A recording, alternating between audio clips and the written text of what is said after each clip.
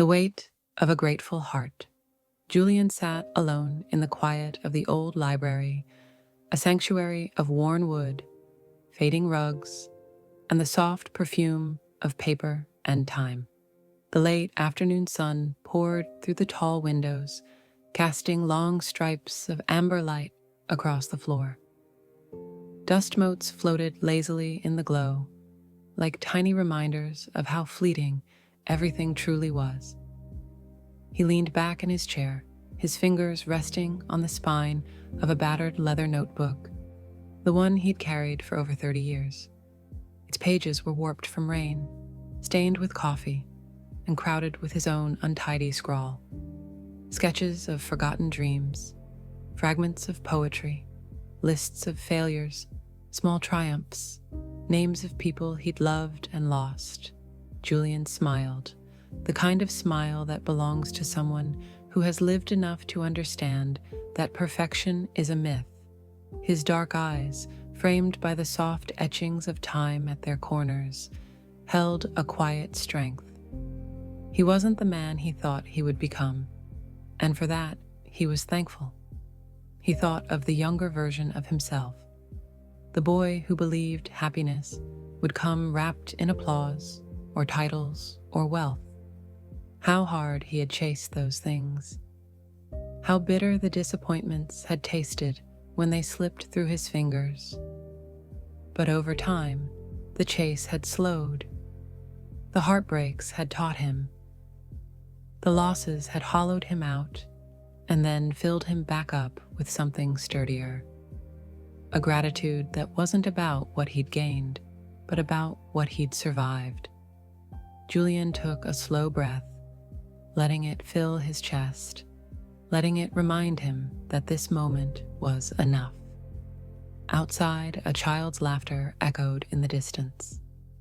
Somewhere, a bird called out as if announcing the evening. Somewhere, someone was falling in love for the first time. Someone else was saying goodbye. Life went on, unpromised, unguaranteed. And that was the miracle, wasn't it? That he was here, in the middle of it all, with eyes to see and a heart to feel. He turned the notebook open to a blank page and ran his thumb across it, as if to acknowledge that his story wasn't done. There were still things to learn, still wrongs to right, still mornings to wake to with wonder. His smile deepened as he thought of all the small, invisible victories that had shaped him. The day he forgave someone who didn't deserve it. The morning he chose to begin again when giving up would have been easier.